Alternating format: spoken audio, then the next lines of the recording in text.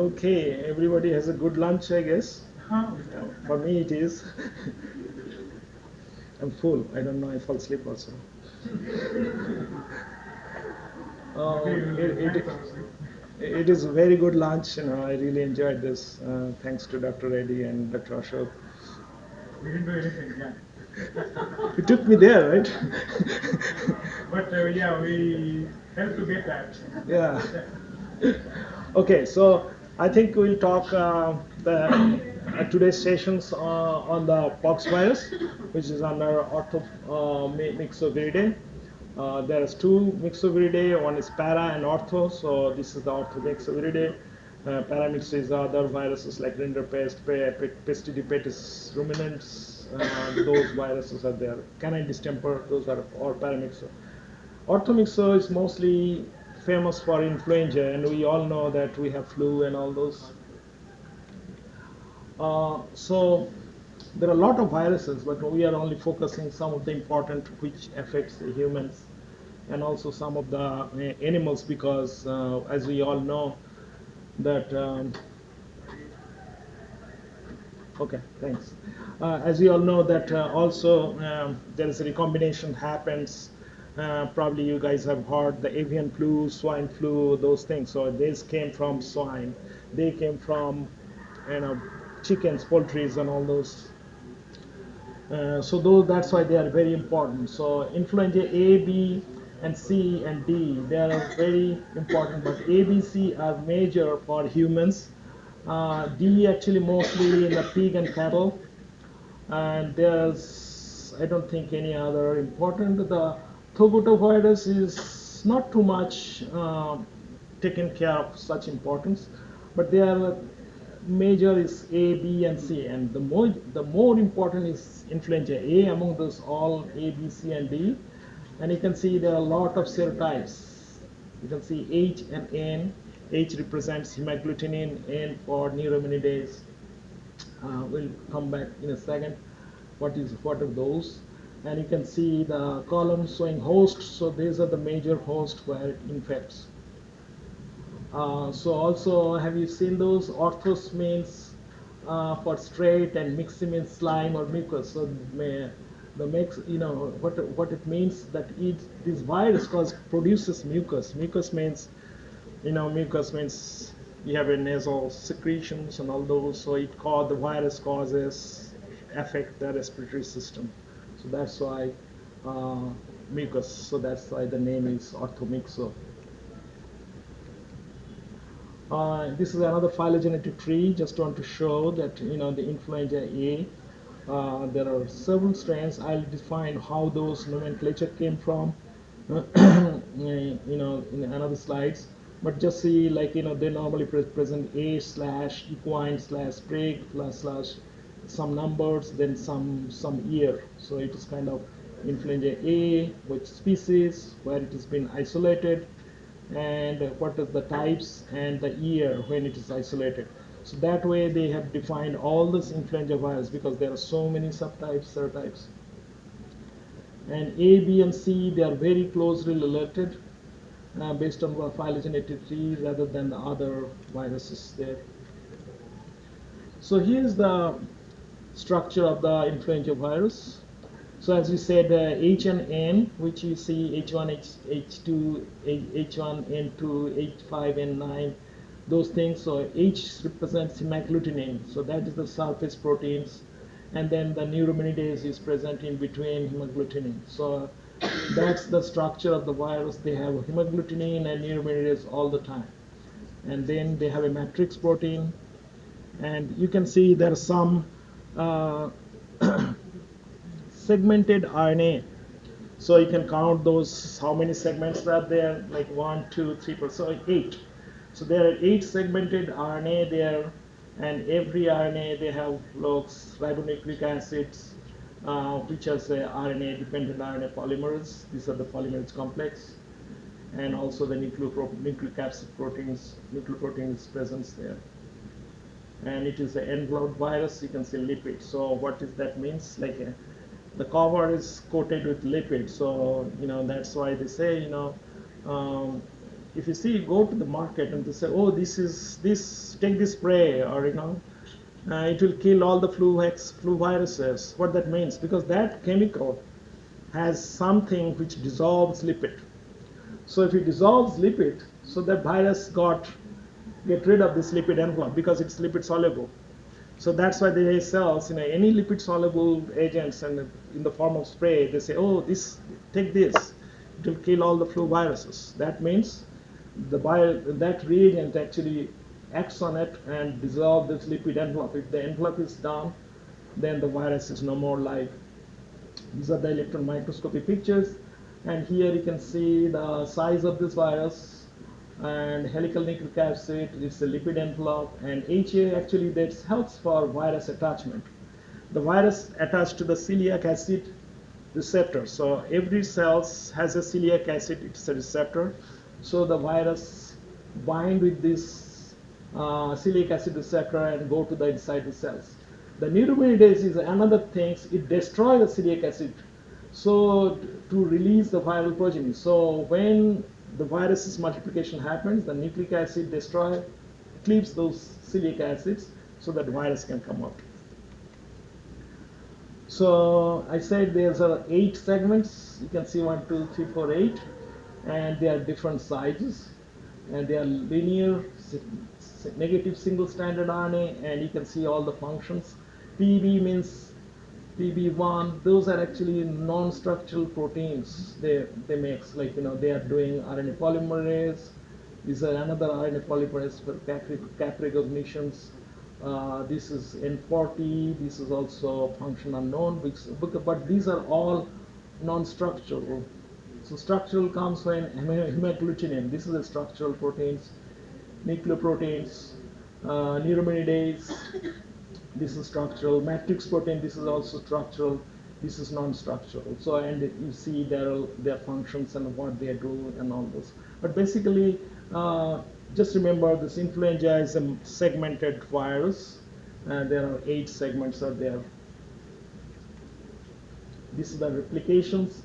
Again, same like if you remember the earlier slides, earlier lectures today and yesterday, the virus adhere to the cells, and definitely it needs celiac acid receptors, and then virus get in, and then virus after getting by encapsulated, the RNA is released and go to the nucleus, and then RNA makes so many copies, not only for their own, they also make mRNA where that all the structural proteins formation happens, or sometimes the structural proteins go in because there are also viral RNA there, so they the combinations of viral RNA and proteins combine together, and then they come out from the nucleus, and then again Golgi is another, I mentioned also, this is the cell organelles which actually do the packaging, everything packaging happening here, and then the virus released. Sometimes they also release.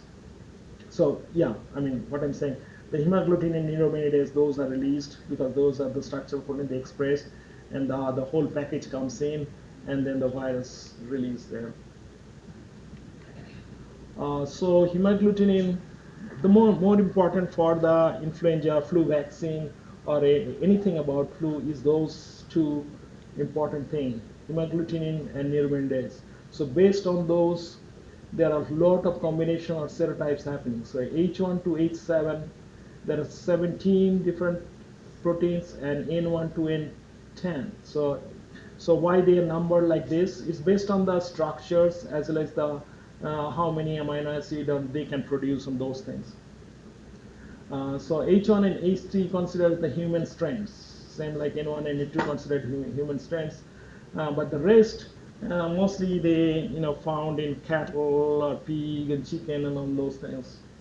We mentioned already that hemagglutinin binds to the host cell receptors, which is actually celiac acid, and this is actually clips polysaccharide chains from the host cell surface, actually that breaks the celiac acid and facilitates new virus. So everybody have a flu at some point, right? Or they don't know, or somebody knows. Because flu always happens 1 to 3 days incubation period. And these are the symptoms you should feel: high fever, prostration, headache, myalgia, body ache, pharyngitis. You cannot talk too much. Your pharynx, you think something stuck in your, and you're coughing all the time. So these are the common symptoms when you have flu, and this is the flu season now, and it is very common. The complications, flu actually also calls the pneumonia because it's influenza. Uh, so it's more risk is young children, elderly peoples with chronic pulmonary disease. Maybe those are taking a lot of smoking, some tuberculosis patients, some chronic disease they have in the pulmonary lungs. Young children also suffers the same way. Causes is direct effect of influenza virus. Immunopathogenesis means, immunopathogenesis is a big term, means how immune cells interacts with the virus and causes the pathogenesis. So it is a complicated cascades of mechanism when virus infects to the cells, and how the cells react by releasing different cytokines, chemokines, or other growth factors, even like different anti-inflammatory or pro-inflammatory cytokines. It may also accelerate the complications if we have a secondary bacterial infections along with that, or other superviral infections. So if I have a flu, I also got TB, then I'm very serious condition. I may have go to hospitalized for several days or so. Same like flu I have happened, and I'm traveling. I got COVID again. It's a very serious condition. So flu itself a bad disease, and then you get other infections that's accelerate the pathogenesis.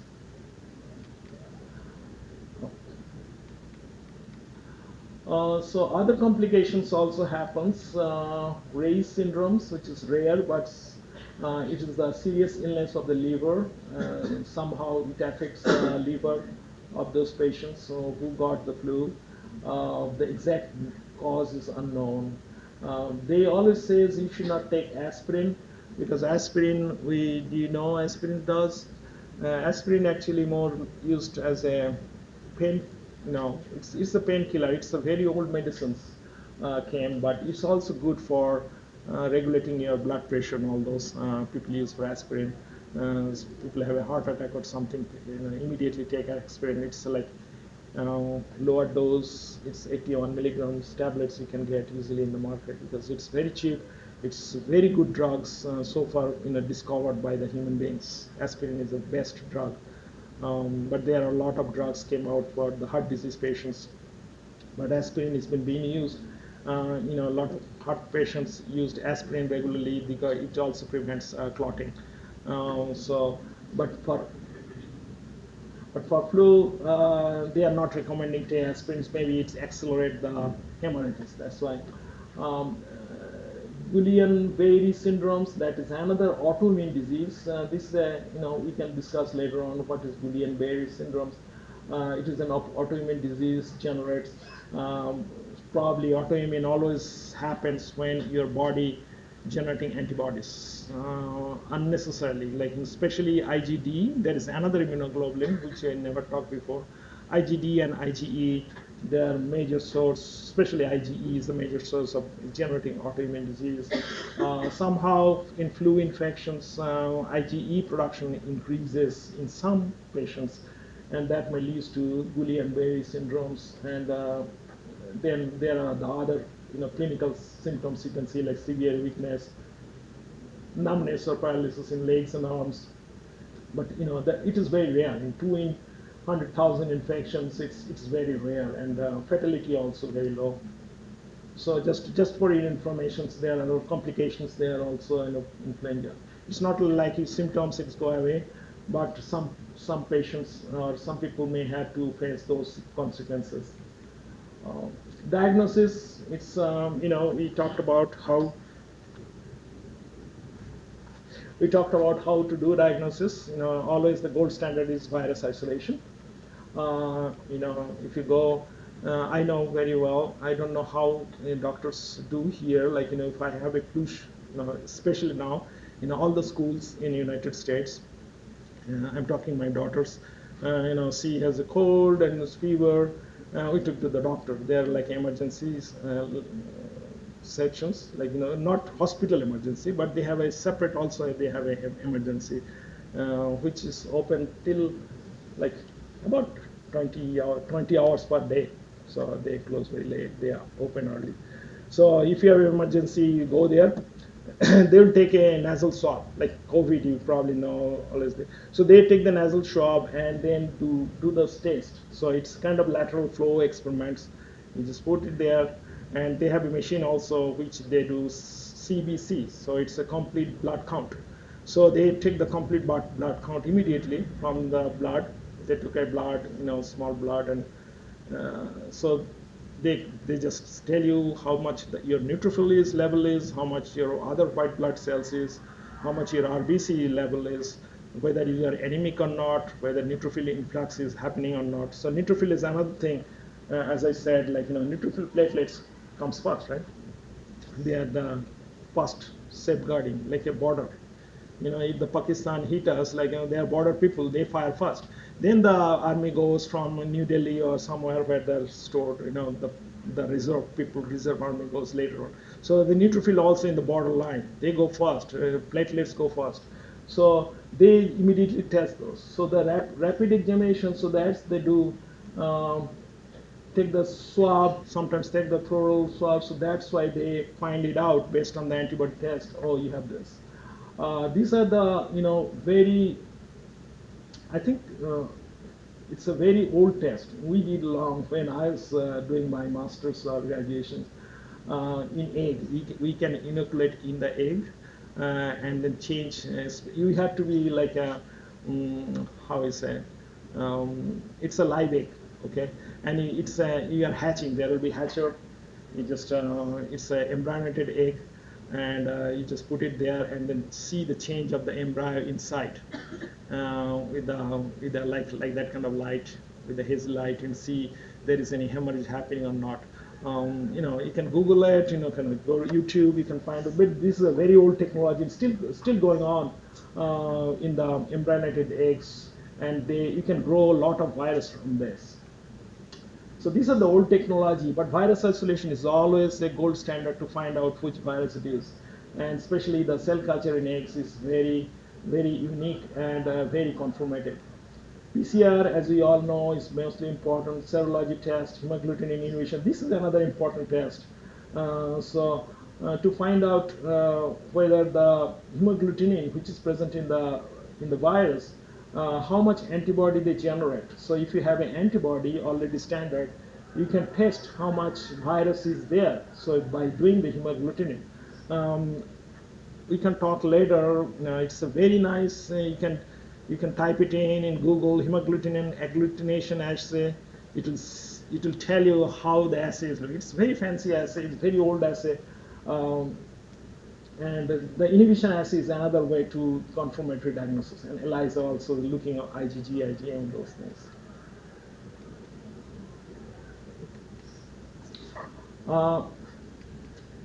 Okay.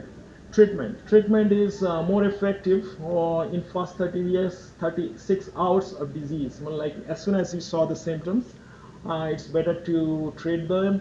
There are some drugs already there, like M2 inhibitor. M2 means it is affecting on the matrix protein of the virus, but it is active against type A only. But there are other amantadine, rimantadine, virus resistant. So this antiviral is already discovered long ago.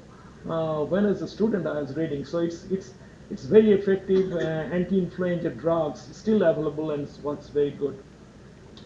There are new form like Tamiflu, which came little later. These are the older neuraminidase inhibitors. It is active against both type A and B, but here you have to type it in. But type A is more common, so just people, doctors before they diagnosed in depth, like whether it's type A or type B, they just prescribe those. But if you have both type A and type B, the Tamiflu, which is another oral drugs, which is very good, or also people use the Janimivir, which is by inhalation. So you just take a nasal inhaler and just put it there, and then this is very also effective. So, when people sneeze, do you know how far it goes? So, if it is a strong sneeze, it can go to 6 feet. So, they have studied a lot about the sneezing and how far the organisms can travel and still viable. So, from this area to this area, the organism right here, it goes about 6 feet. And so that's why, probably you have heard in the COVID, 6 feet distance everywhere they were marked and all those, because that's the reason, like, when you sneeze, the droplets can carrying the virus can goes at least 6 feet. That's the maximum. So flu epidemiology: flu spreads rapidly in seasonal epidemics. Okay, it is every year you'll find out there are flu somewhere. 5 to 15% of the world each year has the flu. 3 to 5 million cases of severe disease, and every year 250 to 500,000 deaths annually. So think about how badly the disease is. Mortality higher in elderly, so that's why it's always recommended, especially in, I don't know Indian government, but United States, it's always mandatory to, elderly persons should be vaccinated. Children's may skip, but the school says, school also we have to report, like, every year, when they go to the next class, we have to submit the vaccination report. And if something wrong, they say, oh, you have not taken flu last year, why? And you have to give the explanation. So you have to say, oh, you're traveling, or you cannot catch up. But the flu is free to the government. US government has given flu to every, and it's free. Most of the vaccine are actually free for children's, for adults. Special vaccines, if you are traveling, like, if I'm traveling to Africa and I need yellow fever, then, if you say, it is important, it's job related, and although then it will be covered by insurance. But mostly it's all vaccines are free. And flu is another one which is mandatory for kids going to school. Yeah, and that is should be taken. And elderly also, it's mandatory. Pandemics due to antigenic shift occur less frequently. So just focus on this. So this is our globe, right? And this is the northern hemisphere and the southern hemisphere. And this is the tropics, right? So the north, and we are, India is in between the tropical area, right? So if you see the northern hemisphere, because the climate change, cold and hot, it's extreme. So the peak happens and then it goes. So the influenza activity peaks very early, and like 3 7 weeks, and then go down. But in India, it's year round.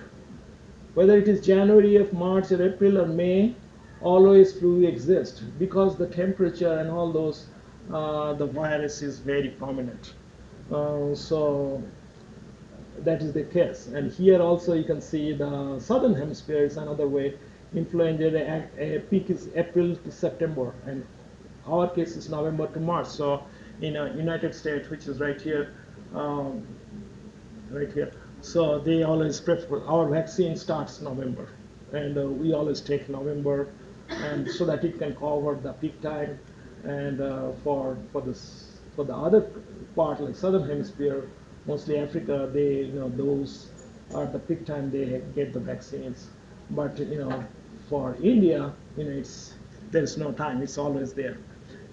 So there is no peak, always peak. So I told you, like, why the name nomenclature came like this. So A for genus, whether it's influenza A or B or C or D, and the Hong Kong is the geographic regions where they have find out. This is the strain number. The whether it is E something or some, so it is like 1073. That's the strain. It's the 99. It's the year isolated, and hemoglobin type and neuraminidase type. So based on that, it says HN or N2. So you can see, if it is an article or newspaper, when they mention like this, oh, you got H9N2, then you remember those are actually, they're talking the virus specific to hemagglutinin, which is the 9 because it starts from 1 to 17, and neuraminidase 1 to 10. So it is the number 2 and number 9. And if they say the whole thing, you know, oh, this has been isolated on Hong Kong long ago in 1999, and that virus is still present. So when people do like a flu screening or phylogenetic tree, like, you know, maybe this year, you know, some person died. You know, I'll show you some slide in New Delhi. There is outbreak, so they can isolate the virus, and then they can match it off, whether it is the Hong Kong virus or, you know, Spanish virus, or it has happened in India before. They have isolated, so you can match it up that the virus is coming back or not. Make sense? So interpandemic influenza. So due to the mutations that occur during the replications, antigenic shift. So I'll show you the video very soon, and so you can understand what is antigenic shift. So that is the important part of this influenza virus. Why there is different kind of serotypes. How H1N1 suddenly becomes H9N2 or H5N2. So this virus is very smart. They can do those antigenic shift, and they can be more virulent. They know how to safeguard themselves. And this video will talk about antigenic shift, and because that is the variation in hemagglutinin and neuraminidase proteins. So these are, as this is changing, is that antigenic drift is happening. This is responsible for seasonal influenza, and new vaccine developed each season. So that's why, because it's not like, you know, 20 years ago or yes, last year, oh, we have H5N2, so we are fine, next year will be the same. No, because the antigenic shift is there, and the virus changes based on, the virus has to modulate themselves to survive in the host, and they change it. And can you please play the video? So this video will talk about how it happens.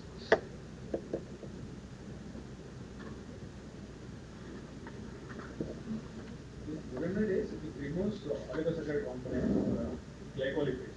Mm-hmm. Yeah. Yeah. There on the cell. Right. So it makes easy for the virus to make it. To make entry, yeah. Circulating flu strains may change and make the old vaccine ineffective. A new vaccine is needed.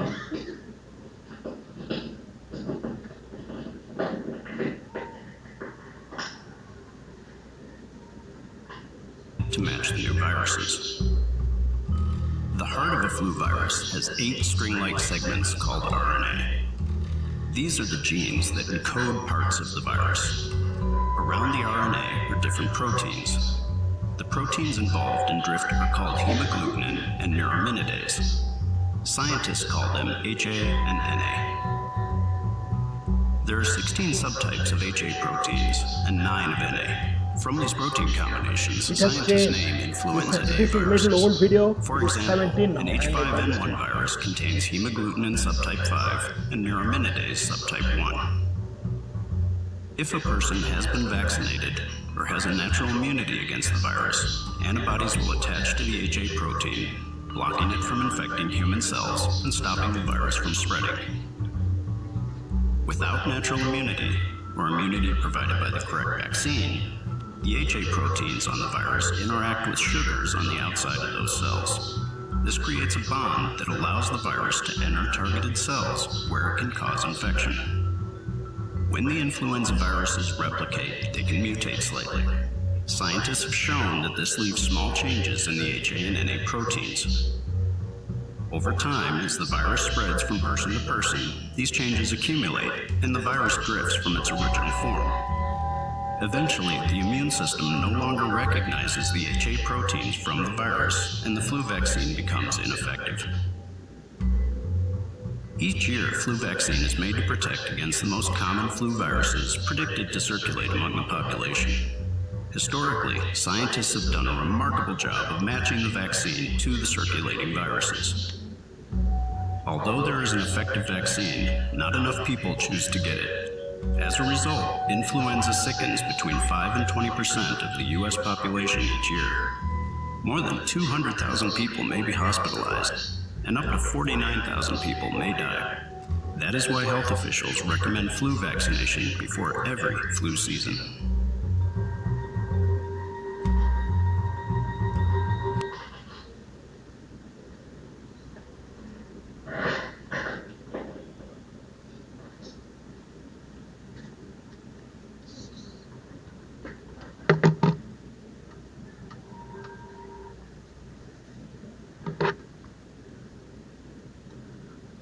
Okay,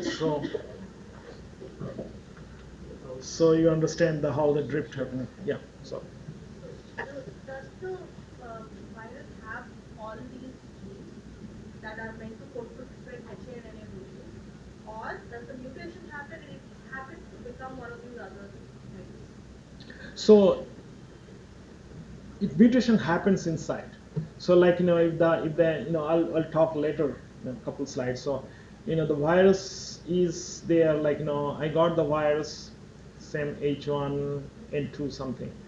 Uh, then the virus, I produce antibody against H1N2. So the next year, or maybe the same, like H1N2, they mutate. There are two kind of mutation happens. One is antigenic shift, antigenic drift.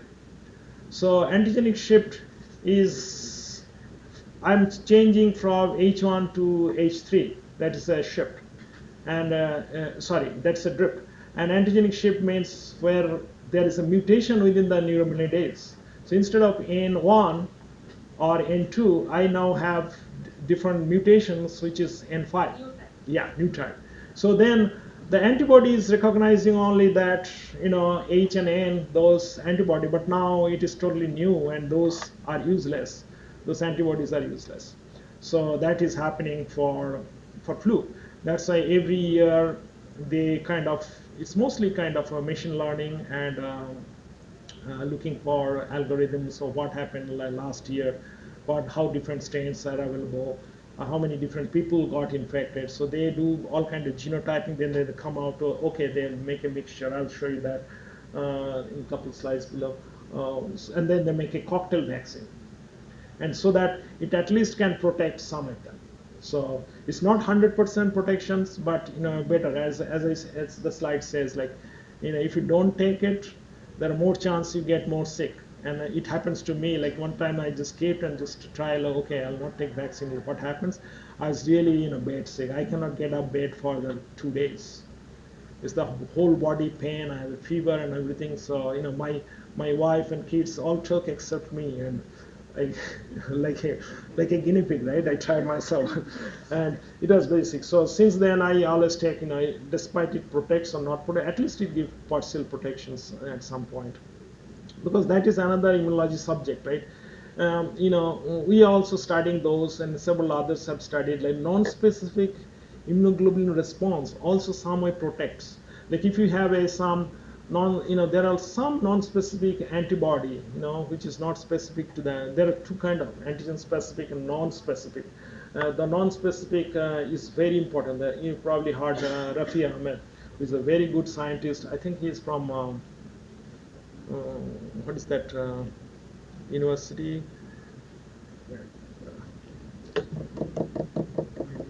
Yeah, in India. So he's a big immunologist. He's in the Emory University.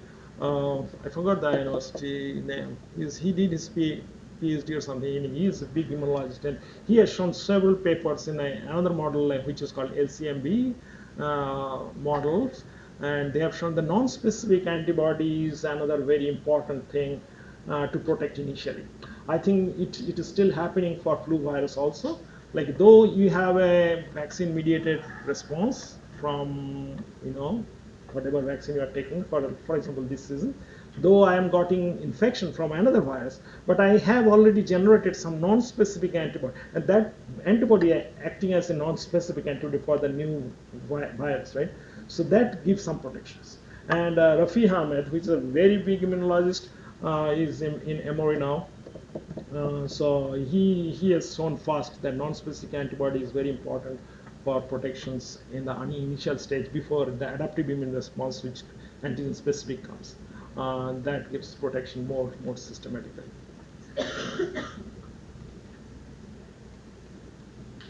Next slide. Okay. So here is I'm going to say like how the things changing here. So there is a lot of reassortment when two different viruses infect one host, which is called genetic shift, okay, or you can antigenic shift, what I mentioned.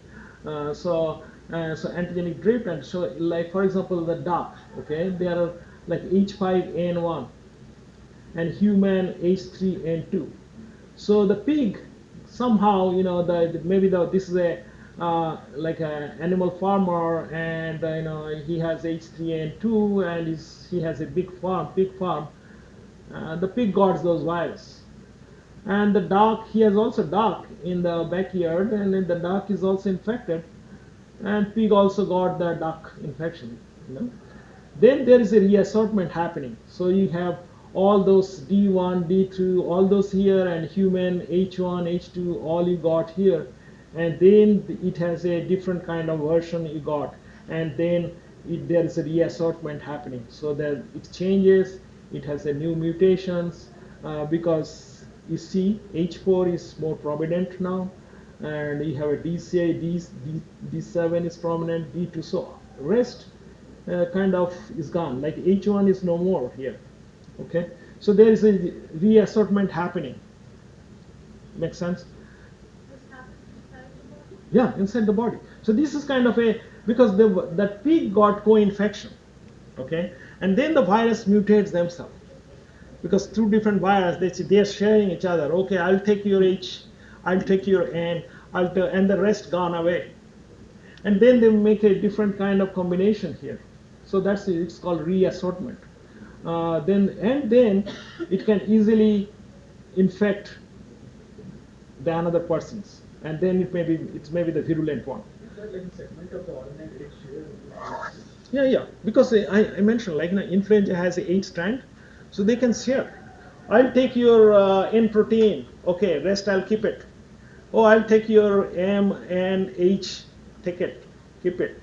So that way they change. It's a lot of combination, right? Yes, all sorts of permutations and combinations. All kind of combination. But only thing is that which is kind of like virulent, that only. Exactly. So it has to infect one cell has to be infected by both. Of course, yeah. That's why the reassortment happens. So the cell is infected by all three, and then it makes different, making a mixture, and which is more pathogenic, we only care about, right? The less we don't, like your question yesterday. So yeah, the less is there, but they are less pathogenic. They are, has nothing to do. But then you got, so this is very, very unique to the flu virus. So sometimes it is a random packaging also takes place, right? Yeah, it's a random. We cannot predict. That's why we cannot predict. Even though we have not a vaccine that can give lifelong protection, no way. Because every time they change, every time it's changing, and we cannot predict. We can, because it has a 8 strand, and you also don't know how many virus they got infected, right? We are giving just a simple example. It may got from duck or may human. Maybe you got from another poultry. Maybe you got from another pig. Who knows? But I also wonder that like if the genome is so small and the required number of proteins and whatever antigenic variants that are limited, so how many combinations are possible? That is like in more virulent ones, combinations will be very, very minimal or less number. Yeah, so that's why I'll come in slides another. Like you can see there is a trend that these are the more pathogenic, because it has 8 strand, okay, 8 different segmented, because 8 segmented RNA, and now it is how many multiplication combination, and also you have to consider H is 1 to 18, numerate is 1 to 10, so you have to also in your mathematical calculation those combinations. So 8 times 17 times 8, 10. So that many different combination permutation it may happen. It's a huge number though. Permutations and combinations are huge, definitely. Yeah. But each protein or anything to be virulent or something, it can go only undergo limited number of mutations, because the protein cannot undergo so many changes to be virulent or something. No, but kind of like non. That's true. But there is also reassortment happening, right? I take the H9 or H5, which is virulent. We know H5 is virulent, and then I got N1 from the duck. So it may be very. Both the proteins they are going to be more virulent if they are going to be there in one time. So probably be more effective. Yeah, exactly. Yeah. So then results is, so there is another video, results seems completely different virus unrecognized by the, so because there are a lot of reassortment happening, so the human system, the immune system cannot recognize. So you can play the video here. Um,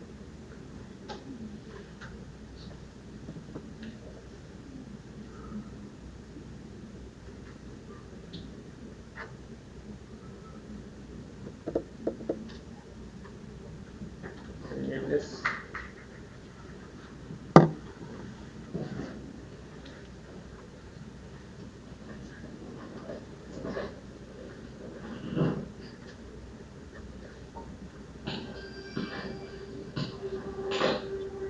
Pandemics, or global epidemics of influenza, have occurred for hundreds of years.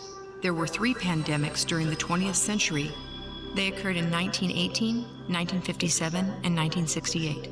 The 1918 pandemic took the largest toll, causing an estimated 50 million deaths worldwide. The first pandemic of the 21st century began in 2009. But how does a pandemic occur? Influenza A viruses vary slightly from year to year, a phenomenon called antigenic drift. These small variations are the reason why the vaccine must be updated every flu season. Influenza A viruses also can undergo dramatic genetic changes called antigenic shift that may cause a new influenza strain to which we have little to no immunity. If this strain spreads easily among people, it may cause a pandemic. The immune system targets 2 proteins on the surface of influenza A viruses, hemagglutinin and neuraminidase. Hemagglutinin has 16 confirmed subtypes of proteins. Neuraminidase has 9. From these protein combinations, scientists name influenza viruses. For example, an H5N1 virus contains hemagglutinin subtype 5 and neuraminidase subtype 1. Antigenic shift can occur when 2 different influenza A viruses circulating in the environment infect and multiply inside the same cell. While inside the cell, these parent viruses can exchange or reassort genetic material and create a new virus. Through reassortment of the 8 gene segments of each virus, there are theoretically 256 possible virus combinations. Pandemic viruses also can emerge in other ways. Among these is adaptation. Scientists believe that the 2009 H1N1 virus was the product of 2 influenza A viruses that were circulating in pigs. The viruses are thought to have reassorted and adapted to create a new virus capable of infecting people. If an emerging virus transmits efficiently from person to person, it would be a challenge for scientists to produce an effective vaccine fast enough to limit its spread. That is particularly true with the amount of international travel that occurs today. In a matter of hours, one person infected with a new form of influenza can spread the virus to people in another part of the world. The National Institute of Allergy and Infectious Diseases and other research institutions around the globe are working to find better ways to prevent, diagnose, and treat pandemic influenza. These efforts include testing new drug and vaccine concepts, studying flu viruses in animals and humans, and documenting factors that could lead to the emergence of strains with pandemic potential. The aims of these projects are to help health officials quickly detect an emerging influenza A virus and implement measures that bring the outbreak under control.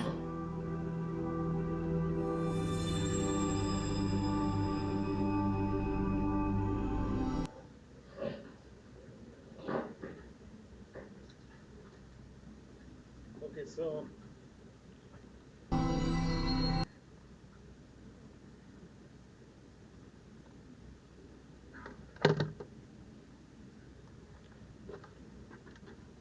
so you got an idea about what is antigenic shift and drift and how the reassortment happens, right? So there is some overlap on those 2 videos, but I try to play it 2 times, just it's engraved in your brain, just what is happening in the flu and how important it is, because we always overlook this, and especially in India, like huge billions, 1.2 billion.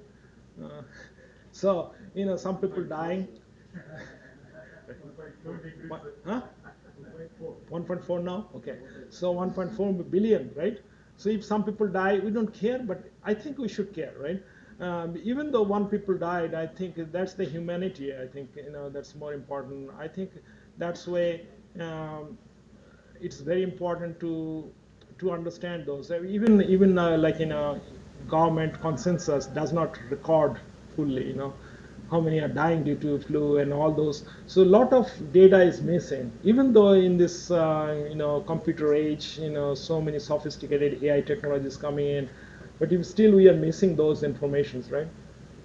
At least epidemiological side view, that how many are actually infected, how many are died, how many actually took the drugs. Is there any clear report? I don't think so in this country, right? I think that's is important very much to kindly figure it out how many deaths happened and what the government is taking initiative and those things. I think. So a lot of follow-up will happen because otherwise it will be a lot more from the federal government equipment. No, yeah, I think. Yeah, I mean, because the flu is very important. I mean, even especially elderly people, right? You saw like the person has a diabetes, some heart disease, and then got a flu. So definitely it will aggravate the situations, and the person may die. Oh, this is got a pneumonia and died. Uh, have you looked over more in depth that what kind of pneumonia he got? Oh, okay, he's old, he has to go. I mean, that way people always tell. I disagree at that point. I mean, even though, if he still live for another day, I think it's a human life. So we should be we should have that humanity to, even though they are old, they should have the freedom to live, right? It's nobody's, they're not living somebody's mercy. That my point is. That's why, One thing, yeah. they are serious with respect to some of the diseases, like if you consider polio, TB. Oh yeah. They are very serious. They monitor well and Yeah, my yeah. and then that's it. But as you said, flu kids. No, that's the reason. Like flu is also a lot of death happenings, because it's not like Kaisanur forest disease. It's a very few, right? Chandipura, one or two. It's okay. We don't need that much to emphasis because it's not major. Yeah, but if it because we may not have too much impact, if the COVID does not kill too many people, right? Then people say, oh, COVID is killing people, that's bad. Then people, but flu also killing a lot, but we don't actually track those. Even tuberculosis and malaria and all kind of major things, right? So.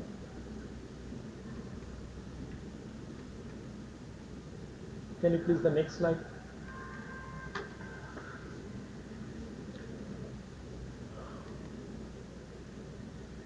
Okay, so it is another example to show how the reassortment or antigenic drift happening, shift and drift.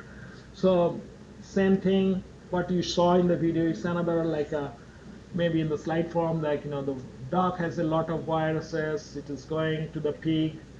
Same, the human has a virus, it's going to the pig, and then it has a mutation, reassortment happening, and it is become more pathogenic and infecting this. So here is another example, like a canine flu and human flu. So canine also has a flu. So it has canine flu, and I have a pet, and I have the flu, and I have transmitted to the canine, and then it has become the reassortment, a different kind of virus generated, and that is killing, maybe pathogenic for both canine as well as human too. So there are multiple phases of influenza pandemic. So phase 1 and 2, which is predominantly animal infections, few human infection, that is called phase 1 and 2, 3. And then when it is 4, it is mostly sustained in human to human transmission. And this is kind of pandemic, 5 and 6. So, and then it's a post-peak and post-pandemic. So we can go a little depth, what is phase 1, 2, and 3. Phase 1 is no virus infection has been detected in humans, because it is mostly present in the animals. So there is no cases detected in humans. When it is no, it's still in a circulating stage in the animals, but there is still no new influenza virus subtypes has been detected. Still, then it calls phase 2. Okay, but there is a circulating animal influenza virus. So that is the demarcation between phase 1 and phase 2. The phase 3, at that point, like human infection with new subtypes, we can see that, okay, I find a humans that has a new subtypes, but there is no human to human spread is there. So that is called phase 3. When phase 4 comes, I can see there is a human to human transmission happening, and then it called phase 4. And we can think that spread is highly localized. It's not like everywhere, like maybe in the small part of Kolkata or somewhere it's happening. So that's called phase 4. And but phase 5, as its name is pandemic, means it's everywhere. It's a broader area it's happening. And phase 6 is also, increased and sustained transmission in general population when it is happening. So as Dr. Radio is asking, like, there are different combinations, right? H has 1 to 17 and N has 1 to 10. So definitely there is so many, like 170 combinations right there. Um, so you can see majority H1N1, that is the latest 2009, which is by swine flu pandemic, called H5N1, H3N2. That's mostly. Here it is not too well defined. H3N8, H2N2 is another one. It was a pandemic, but mostly majority H3N2, H1N1, and H5N1. So those are the major. That was your question too. Like, they are the major causes more pathogenic. And based on the death, I think that was the 1918, where more than 50 million people died due to the Spanish flu. That is the major death happened. And then 1957 is an Asian flu. And then Hong Kong. And then 2009, there is another outbreak happened, the swine flu. Yesterday was, Dr. Reddy was asking, oh, it is long ago, there's technology is not that advanced yet, and how people find out whether the RNA, that's the plot I draw, I have shown that, as it more, since 1950 or so, I figured till 2020, there's more RNA species is developing and all those. So the question is, maybe that time there's not enough technology and we have not detected. That's why it is low. But now we have more technology. That's why you can detect. But that is not 100% true. Like, they have shown here the Spanish flu. They have find out some tissues got from the army recruits in 1918 in Kansas, and they can see those tissues. It's an 80-year-old flu, a bit of a long tissue they have preserved, and from that tissue you can definitely sequence it and find out what kind of RNA sequence. So you can do the whole genome sequencing from these tissues, and can get all the informations. And so the bottom line is there are more than 50 million deaths globally happening, uh, and more than 2 million deaths in USA happened. So still ended World War II, World War One. 1918 is the end of the World War One, so still the flu is still present right now. So the question is, why 1918 the virus was so deadly, which killed 50 million? They say that mostly there is those non-structural proteins. They are more avian than human. So maybe they say that it's because it's avian flu. They are more pathogenic some way, and that's why they graphed 1911 to 17 how the flu was there, and in 18 it's mostly affected very like a young older adults, young adults, 25 to 44. There's a high death rates in those populations compared to the other folks. So probably that came from the the avian flu, which is a non-structural proteins that may be responsible for this death. There are some pictures here, like Hong Kong flu, which killed about 70,000, and President Ford hoped to avoid a repeat from 1976 with the swine flu. So people are taking vaccines here in a queue. Swine flu happened 2009. The first case reported in mid-April in Mexico and United States, and that is the strain H1N1. The triple reassortment containing swine, avian, human influenza components. So these are the triple reassortment containing. So it came from swine, avian, and human. There's a global pandemic declared on June 11, and official reporting of individual cases discontinued on 2009. So that is another example how the future happened. Secondary attacks rates, US 8 to 8%. It is the predominant strains. There are 21 resistant to the Tamiflu, that drugs. And there is a mutation also they find out. So basically, they, when the flu happened, they try to clean everything, have a mask there. This is a picture of, school. They try to clean every day after the school hours, make sure the benches and chairs and the floor are free from any virus. They clean with the, Lysol or other antiviral agents. Wearing the gloves. So those are kind of precautionary measures also. They should not get contaminated or they got infections. So this is the map how the death from 2009 influenza pandemic happened. And the circle shows how bigger the pandemic on that area, on this country. So it is globally happened in the different. So after that, so all the countries has some of the headquarters or surveillance centers. So they have like a reference center or research programs happen. And definitely in India there are like 1, 4, 5 places there.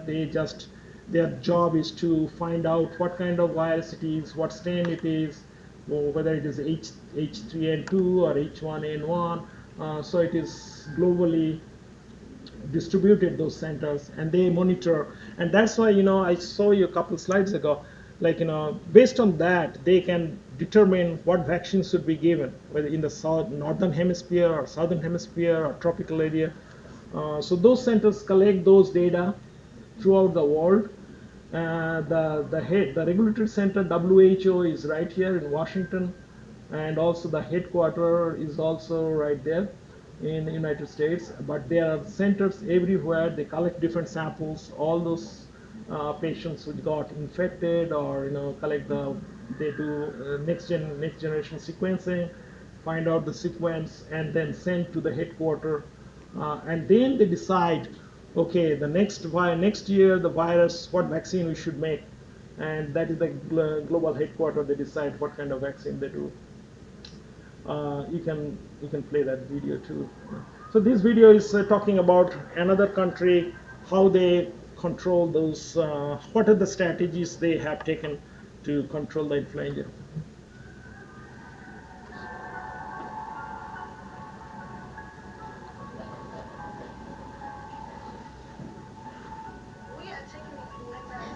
As one of among the priority diseases within the country. We are thinking that the influenza is just a surrogate of many of the zoonotic diseases, and countries, especially in Africa, they need to prepare in terms of really the capacity, in terms of detection and the lab capacity too. And we also have the National Influenza Center lab, the NIC lab, which not only does the influenza detection, but it has been used to build also capacity for other epidemic diseases. In 2009, we had an epidemic of cholera.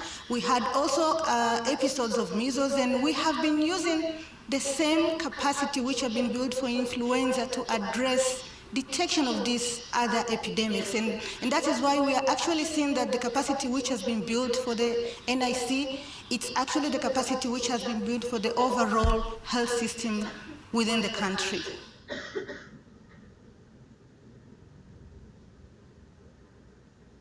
Before Before 2007, 2007, we we didn't didn't really really have a have a capacity to capacity to detect detect influenza, influenza as as well as well the as the measles measles and and cholera. cholera. So So the the lab lab capacity capacity was was very very minimal, minimal, and and also the also the surveillance surveillance capacity capacity with with the the inclusion inclusion of of some of some the of the funding funding within within the the PIP.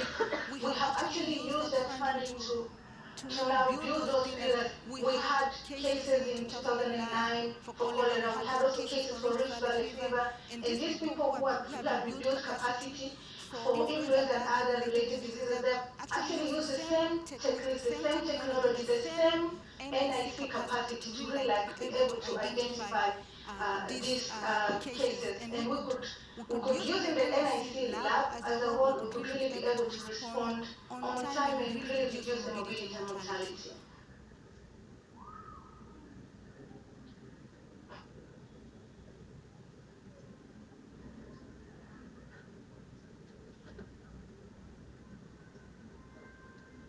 So basically, it's talking about like how the NIC, which has been developed, with the previous slide we have shown, this slide, like after that, how the pandemic. So every country has their center NICs, and they report to the Washington, so that they can come up with the different vaccines. Next slide, please. Oh.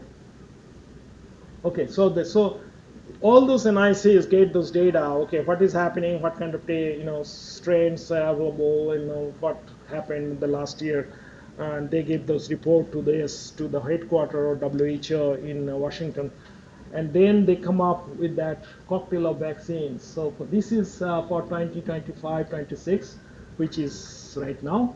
I think I took that vaccine. And there are two kind of vaccine: eggs-based vaccine and the cell culture recombinant protein or nucleic acid vaccine. So you can take any one of them, and it's covering like H1N1, H3N2, and there is another B influenza B virus there too. Same like H1N1, H3N2, and B virus. So basically, they give this trivalent vaccine to protect, and this find out based on the previous all NIC documents in the northern hemisphere. This should be vaccines we should use for the next year. Same like southern hemisphere, also the same idea, doing the same H1N1, B, influenza B, H1N1, H3N2, B influenza. So I cannot find out for the tropical, but northern and southern hemisphere, they have designed, the WHO has given this recommendations, and it may change for every year, and you have to change, you have to check the WHO website, and they have the informations what the next next year vaccine should be. They normally release before the time, like normally for in northern hemisphere it starts from November. So you can see in the website, I think probably they already list in the August or September what are the vaccine they are going to give today. Yeah, so these are the recombinant, all the recombinant protein. Yeah. Yeah. Yes. You see, they're mostly focusing on those H and N. They don't need those other things. It's most of the recombinant. So yeah, I looked over some search. There is a daily NCR. The H3N2 outbreak happened, and you can that's the report I saw. And also in Japan, H3N2. Recently in October, I saw their newspaper that has been considered as an epidemic in Japan. So that's if you see the vaccine, they're covering HTN2. So definitely HTN2, if you take that vaccine, it will protect somehow. But again, it is there in India. There is some death happened. If you read that newspaper, I got from the Times of India, and but also in the Japan they declared, and it came in the Nature paper too. So, ICMR reported, yes, just here, I'm showing here, in 5 viral infection, including dengue, influenza, rising fast across India. This is the ICMR report. I find out from November 3rd document. And India is witnessing a surprise in viral infections once by ICMR. So it's the top disease, and that's why I'm asked initially before I start, like, do you have a flu vaccine yet? So, but I'm not a policymaker. I'm just a scientist. But my point of to inform you that you should be aware. You should talk to your facility doctors, like doctors may know those information so that they're vaccine available and they can guide you where to get it, and if you're really interested. I think that's more important, especially if you are traveling somewhere internationally, or there are prompts like if you are going to Delhi or something, there's flu there already. You should take precautions that way. I mean, or wear mask or something. Take those precautions. Precautions will be there like this. What? Precautions will be there like this. The media, Exactly. walking will be No, that's why as a human being, it's your responsibility too to protect yourself, right? And I don't care. My principle is totally different. I read this, okay, and I take my protections.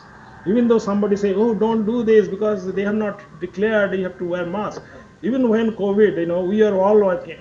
I told my family, everybody has to wear mask despite what the government says, because I know it is a respiratory, and everybody, my daughter, everybody is going to school, then school closed, and it was from in-house.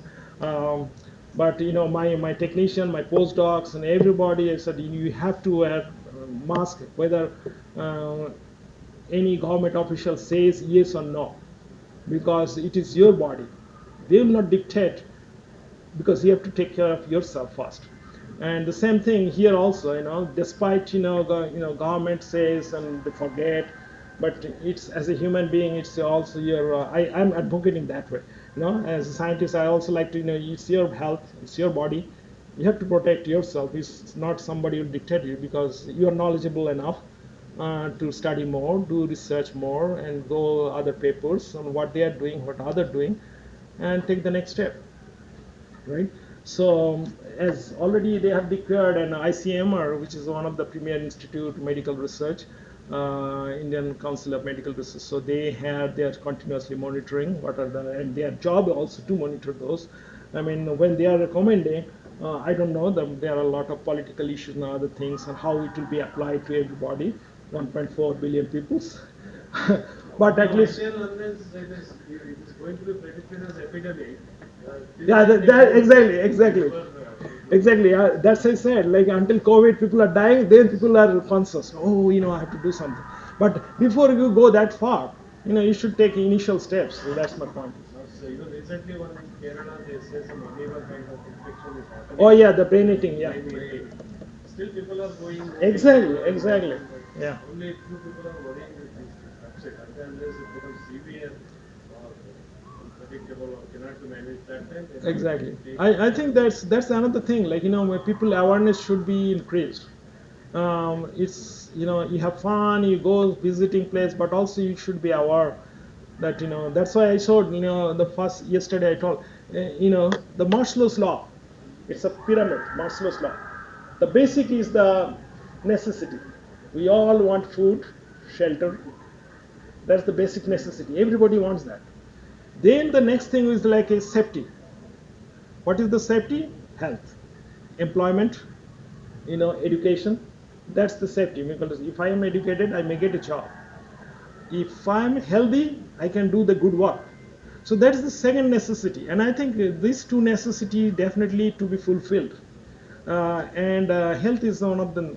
And then once you finish that safety thing, then you can think about, oh, I need to self-esteem, self-actualization. So I need to be topper. So people should remember me. So that's kind of like a Bollywood stars and those big singers on those. So they are on the top stage. They already covered those. But as a general people, we have to cover those first two steps: necessity and safety.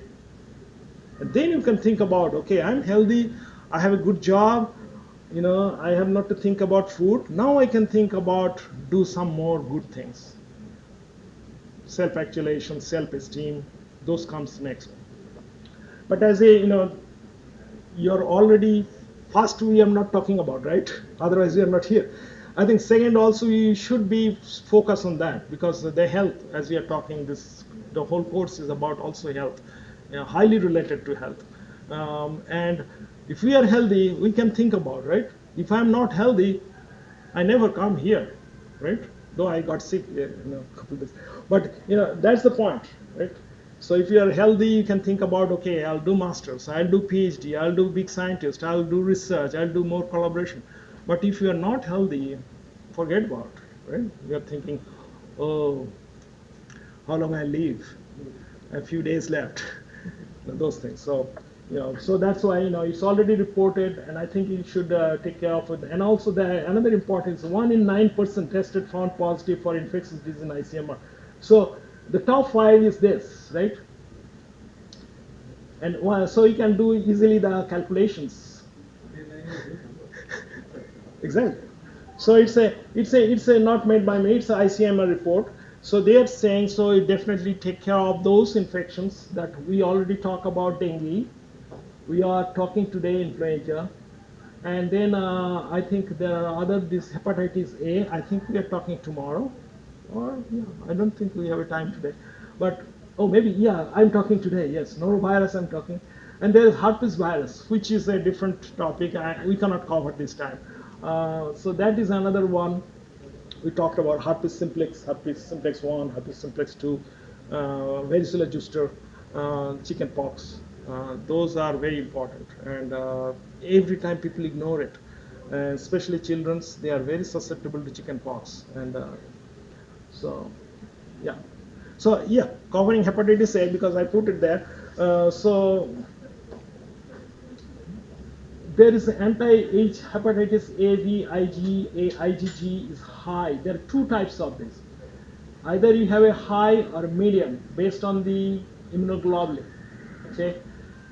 Hepatitis A disease rate. When the immunoglobulin is low, then there is more chance of this. And age of infection is early infancy, late infancy. Oh. Yeah, I think there are 4 slides. Huh? Yeah. 9 cents, so we can take a break? Yeah. I'm ready.